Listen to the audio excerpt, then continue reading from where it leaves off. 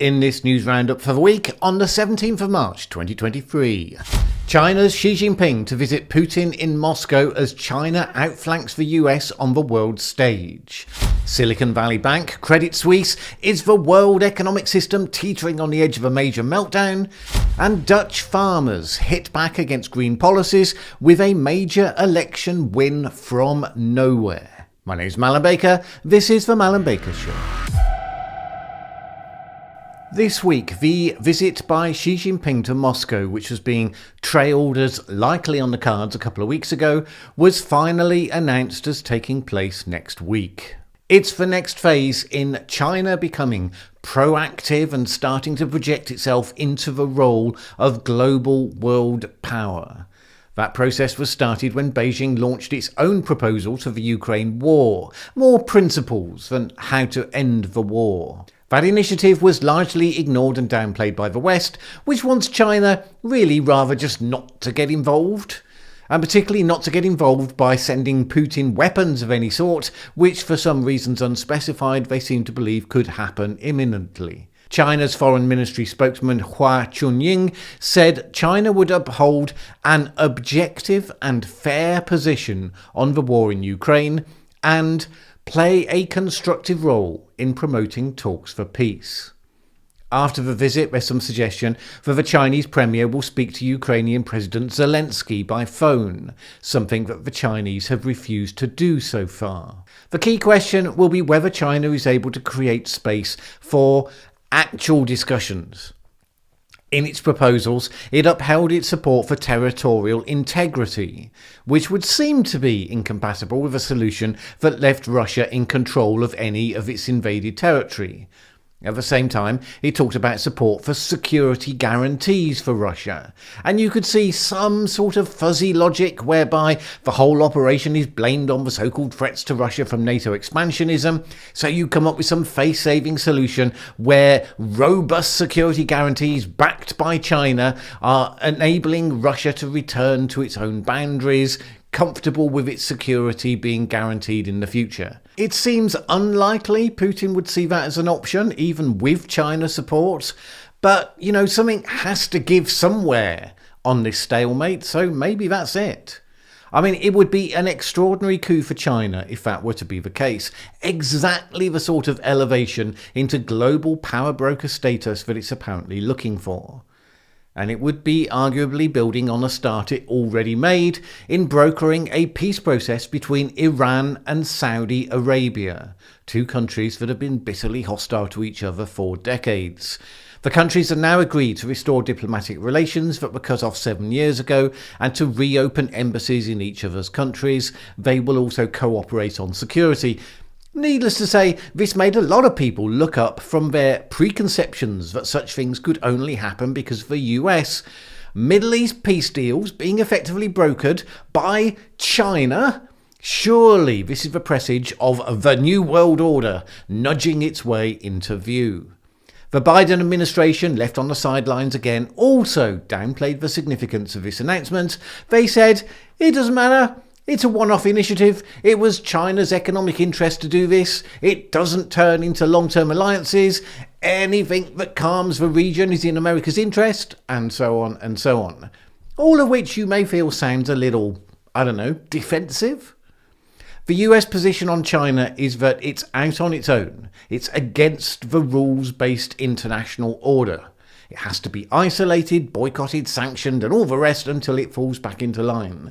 While that position can't survive, is significant and important displays of momentum for China building a new order.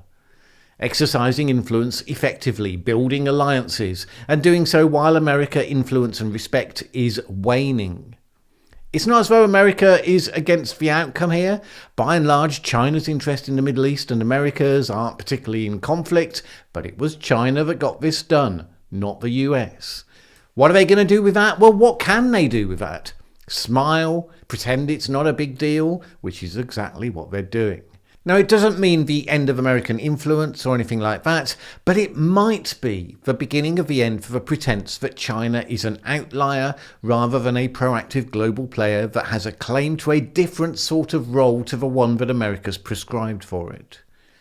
Now, of course, it would still be a remarkable outcome if Russia did allow China to guide it towards an off-ramp when it comes to the Ukraine war. It's not at all clear what Xi Jinping would have made of the news this week that leaked documents reveal that Putin plans to take control of Moldova before the end of 2030. According to the reports, the plan involved infiltrating the country's politics and media landscape with the aim of Russia dominating the country's affairs without actually having to launch an invasion. Moldova, of course, is not a member of NATO. Pro-Russian separatists control the breakaway state of Transnistria. And as with Ukraine, the election of a pro-Western president in 2021 fed Moscow's fears that it would be pulled out of Russia's orbit, something that it wanted to prevent. One might speculate that influencing neighbours in a fairly direct and intrusive way wouldn't in itself be seen by Beijing as failing to respect territorial integrity. So maybe there's an understanding that remains to be carved between the two of them next week when they get to speak frankly. In the meantime, America is putting pressure onto Europe to match its aggressive posture towards Beijing. Some are taking to that more willingly than others. European Council President Charles Michel is one of those pushing back, looking for a more collaborative approach with China. Germany's Olaf Scholz, of course, recently visited Beijing, reflecting the fact that Germany is a major investor in the country, particularly via its car industry. That leaves European Commission President Ursula von der Leyen lined up on the side of the hawks.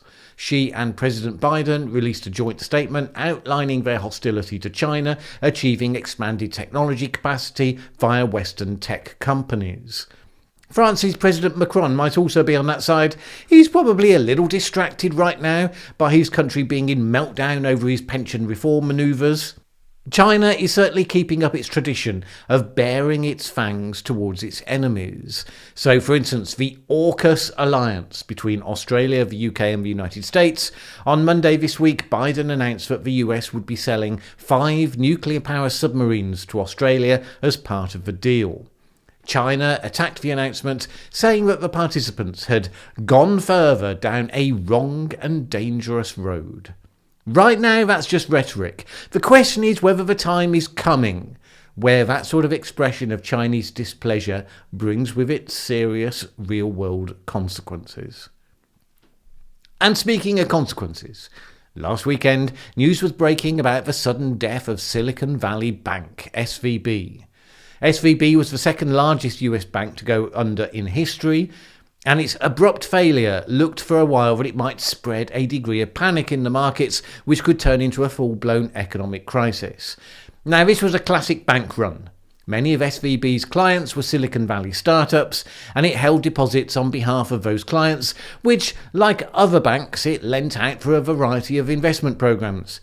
The challenge is always what happens if, for some reason, large numbers of your clients demand their money back all at once. Even if the money is soundly invested, it's generally not available in large quantities at short notice.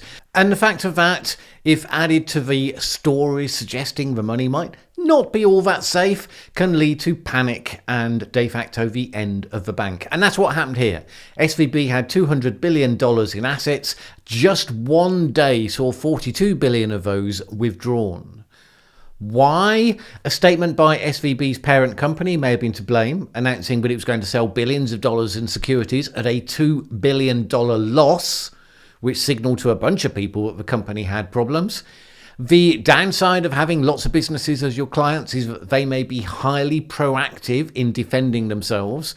For example, Peter Thiel, who started telling all companies in his orbit to get their money out of a bank while they still could, which is exactly the sort of response that creates the outcome feared. Which isn't to say that it's wholly irrational. I mean, it can be simply survival. Nearly half of all listed venture-backed tech and healthcare firms in the US were SVB customers. Many of them were reportedly struggling to put together the funds to pay employees on time. SVB had an investment strategy holding safe securities like US bonds that served it well while interest rates were low or zero, much less so since they started going up. That wasn't really much of a left-wing, right-wing issue, except, of course, in the polarised US political reality, that doesn't serve the parties particularly well, so people went out of their way to make points of differentiation to make it party political. Some Republicans, such as Ron DeSantis, were arguing that SVP was distracted by woke projects, the latest example of the go woke, go broke phenomenon. Now, there wasn't really substance to that. Go woke, go broke tends to be a thing when companies push an ideological messaging onto their broad base of customers, a broad base that isn't especially in tune with that ideology. But SVB's customers, Silicon Valley startup CEOs, kind of not in that category. On the contrary, in fact.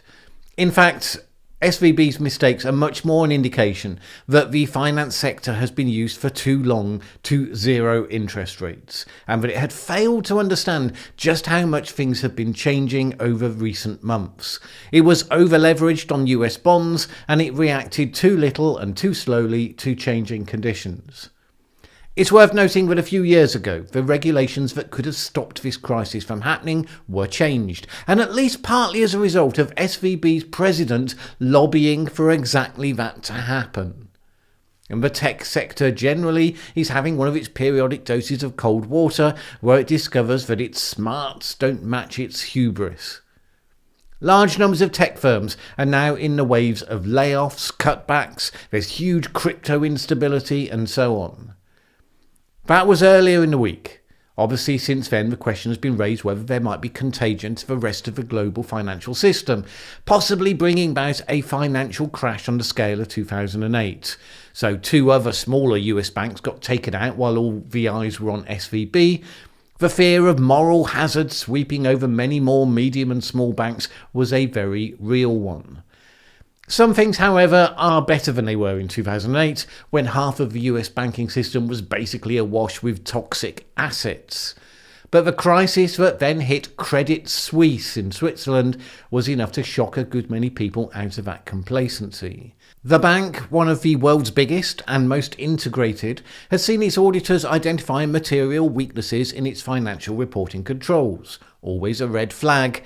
And the truth is that Europe's banks also have large exposure to bond holdings that are being hammered by rising interest rates. Things were stabilised for now-ish by the bank being extended a $54 billion loan from the Swiss Central Bank. This after a huge sell-off had been sparked by the bank's largest investor, Saudi National Bank, saying that it wasn't going to put any additional money in. How long that move actually bought remains an open question at the time of shooting this. Shares in Credit Suisse continue to fall, albeit more slowly today. It remains uncertain whether the bank has done enough to survive what has been a major crisis of confidence. And this all serves as a reminder that the global financial system remains fragile, subject to shocks and nasty surprises, and no more so when big changes are taking place. Central bankers and governments behaved as though zero interest rates were here to stay, but then they pushed large amounts of money into the economy in the name of COVID, and that brought back inflation and the need for higher interest rates. So now the authorities are caught in the headlights. Do they keep up the fight against the inflation that they helped to bring about and keep putting up interest rates with these consequences that we're starting to see? Or do they try to bail out the financial system with rate cuts in spite of those inflationary pressures? Whichever way they go, the financial crisis doesn't simply go away, and it's likely to get worse before it gets better. So, wokeness at least had nothing much to do with that banking sector crisis this week. The same might not be said for the Dutch regional elections that saw a big surge in support for the farmer citizen movement. Their party, the BBB, which had been literally nowhere on the political spectrum before this point, was thrust forward on the back of high-profile protests against government action on nitrate pollution. It will become the equal largest party in the Senate, going from 0 to 15 seats in one go. Remember, this was a party that was only founded 4 years ago. It won just a single seat in the Dutch parliament in the 2021 general election. These here that you see are the faces of people who were not exactly expecting the amount of success that came their way. The reason for that meteoric rise? The government has been taking actions designed to meet EU targets to reduce nitrates by 50% by 2030. This has led the government to seek to reduce emissions by simply reducing the amount of farming and food production, pushing a number of farmers out of business in the process. And that, as you would expect, has led to massive protests against Mark Rutte's centre-right government, which is now struggling to survive after its coalition lost 8 of their combined 32 seats. If the farmers can form effective alliances with other parties, they may well be able to block some of the green-focused legislation. And this is a big deal. Remember, the Netherlands is the world's biggest agricultural exporter after the United States. If a battleground is going to emerge around food security and price on the one hand, and green policies that trade off against those on the other, the Netherlands is the most likely place that is going to happen. Alright, no short thought this week. Apologies, I know that some of you like it. Instead though, a short question. My time has continued to be constrained recently, and I'm generally minded that the format of what I used to do here, a weekly roundup, a deep dive video and a discussion video every week, that just isn't coming back unless the audience and monetization climbs. So I've been pondering ending the show format that I'm doing in these videos and instead releasing free analysis videos during the course of the week. I'll still make sure that a substantial one would always be taking the Friday slot. And yes, I'd be making sure that there was one themed on the short thought type of content. But those videos would be quicker to produce, so would be better suited to my circumstances, but hopefully give you more content more regularly that you will enjoy. It means that every video will have one topic, which will be in the title and the thumbnail, unlike with the show videos that have 3 or 4 topics, but just the one in the title. That might help the channel to begin to break out of the dead end that it's currently stuck in. If so, maybe then it becomes possible once again to produce more of a deep dive format videos that take more time. I'm certainly not saying that I would never produce those again if we start to get some momentum. Let me know what you think in the comments below. I look forward to seeing that. And that just leaves me time to thank the supporters of this channel on Patreon. They are the main reason I am motivated to try to solve this puzzle and I'm able to put the time into doing so. If you would like to add your support for the independent, fact-focused and non-ideological content I aim to produce here, please head on over to patreon.com/Mallen Baker. It is always appreciated. Either way, have a great week. My name is Mallen Baker. This is the Mallen Baker Show. Thanks for watching this video. If you liked it, please share with anyone else you think would also enjoy it. Word of mouth is really important to us. And if you've not subscribed yet, what are you waiting for? As the saying goes, that subscribe button won't smash itself.